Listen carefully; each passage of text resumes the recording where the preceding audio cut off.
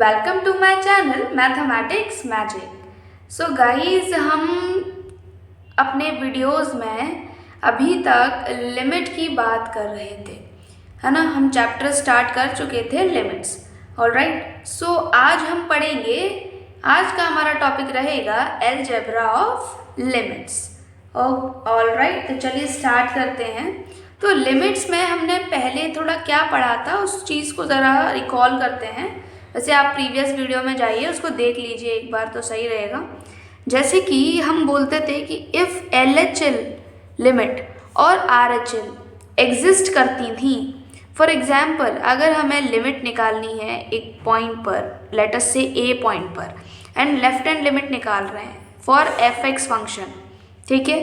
सो जो हमारी लिमिट है, ठीक है, LHL जो है वो हमारी जब RHL के इक्वल आ जाती थी at the same point, then हम ये कहते थे कि जो लिमिट है हमारी at this point A of function fx exist, वो एग्जिस्ट करती थी।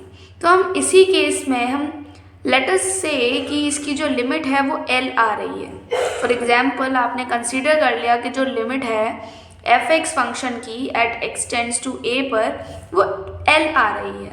ऑलराइट, सो हमने क्या किया, हम इसी तरीके से दो फंक्शन हमने ले लिए, ठीक है। फॉर एग्जाम्पल, लेट अस से हमने एक fx फंक्शन ले लिया और एक gx ले लिया, दोनों की हमने लिमिट निकाली। तो एक की लिमिट हमारी इस फंक्शन पे जो लिमिट आई वो ये आई, ठीक है। Limit x tends to a, fx की जो लिमिट है ना, वो L आ रही है। ऑलराइट, तो ये फाइनल लिमिट की बात कर रहे हैं हम, ना ही LHL की बात कर रहे हैं, ना ही RHL की बात कर रहे हैं। If this limit exist, so we say that the limit, है ना, we have supposed that the limit of this function at x tends to a exist and is equal to L। Alright, similarly gx function की भी limit एग्जिस्ट करेगी and at this point its limit is m, let's say।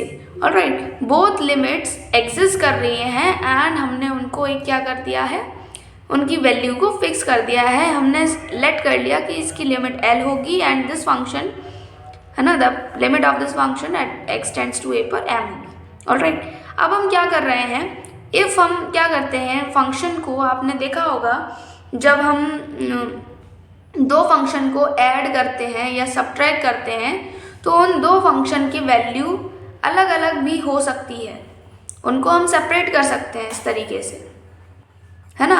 और if ये multiply में है, so multiply में भी हम इनको सेपरेट कर सकते हैं लाइक दिस।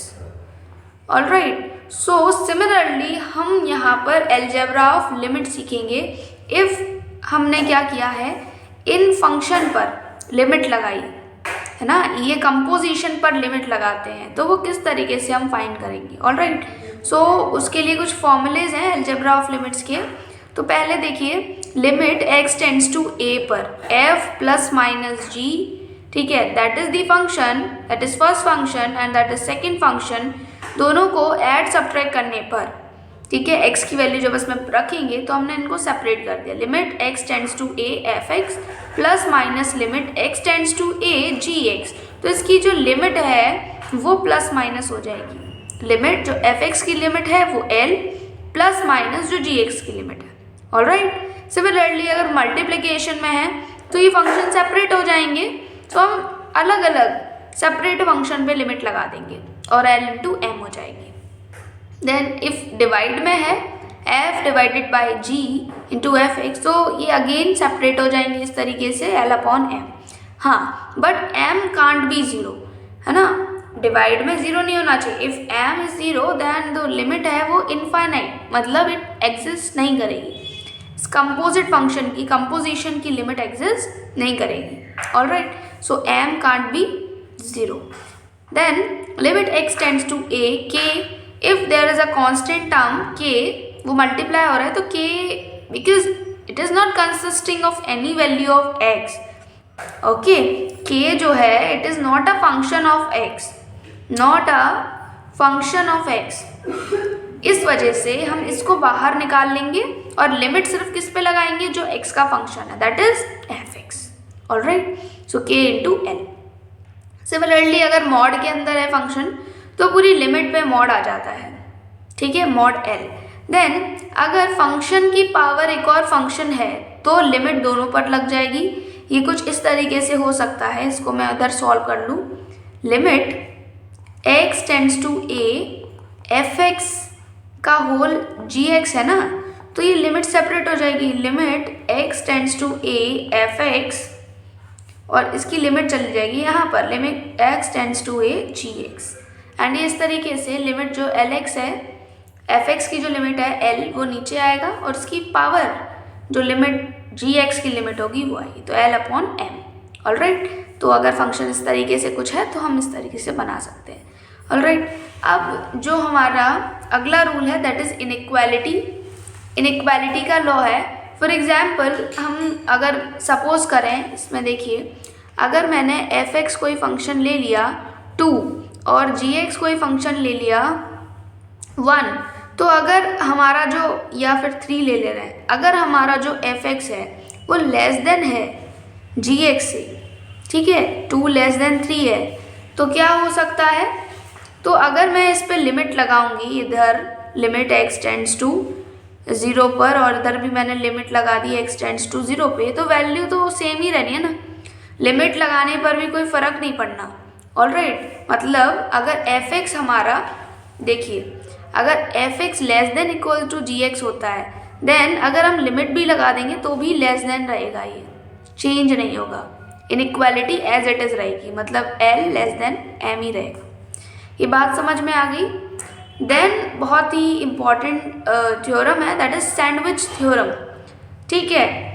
इसमें हमारे 3 फंक्शंस हैं। देखो यहाँ पे हमने 3 फंक्शन लिए हैं और तीनों फंक्शन पर हमने लिमिट लगाई। तो जब हम तीनों फंक्शन पे लिमिट लगाते हैं और जो हमारे फर्स्ट और थर्ड फंक्शन है उनकी लिमिट सेम आती है, if F X less than G X less than H X है एंड लिमिट फर्स्ट फंक्शन की एंड लास्ट फंक्शन की लिमिट सेम है, देन जो लिमिट होगी at x tends to a G X पर वो l हो जाएगी। इट मीन्स जो जी एक्स है ना, इसकी भी लिमिट l होगी। अगर एफ एक्स और एच एक्स की लिमिट इक्वल है देन सेकेंड फंक्शन की भी लिमिट l होगी, इक्वल होगी। ये चीज़ हमारे सैंडविच थ्योरम हमें बताता है। ऑलराइट, नेक्स्ट थ्योरम है इफ लिमिट एग्जिस्ट ही नहीं करती है, इफ लिमिट एग्जिस्ट नहीं करती है, इट मीन्स प्लस इनफाइनाइट या माइनस इनफाइनाइट होती है वैल्यू, देन उसके इनवर्स की लिमिट 0 हो जाएगी। ऑब्वियसली इफ अगर ये प्लस है और ये माइनस है, तो अगर मैं 1 अपॉन इनफाइनाइट लिखूंगी तो ऑब्वियसली ये 0 आएगा। ऑलराइट, ठीक है, तो ये हमारे एल्जेब्रा ऑफ लिमिट्स था। होप यू अंडरस्टैंड इट, है ना, और अब आप सेपरेट भी कर पाएंगे लिमिट्स को, है ना। अब कुछ लिमिट्स जैसे हमने पीछे देखी थी, तो हम लिमिट्स को सॉल्व करते हैं, बट कभी कभार जब हम वैल्यू पुट करते हैं लिमिट में तो कुछ ऐसी फॉर्म बन जाती हैं जो हम सॉल्व नहीं कर सकते। तो चलिए उन फॉर्म्स को देखा जाए। तो फॉर एग्जाम्पल मैंने यहाँ पर ये लिया है लिमिट x टेंड्स टू 2 ले रहे हैं और आपको वैल्यू निकालनी है x² - 4 अपॉन x - 4, और आपसे बोला गया कि इस लिमिट को सॉल्व करें। तो अगर हम इस लिमिट को सॉल्व करना चाहेंगे, अगर हम इस लिमिट को सॉल्व करते हैं तो आप देख रहे हैं कि जब आप इधर 2 वैल्यू रखेंगे, पुट करेंगे, तो 2 का स्क्वायर करने पर ये बन रहा है 4 - 4 अपॉन 2 - 2, दैट इज 0 अपॉन 0।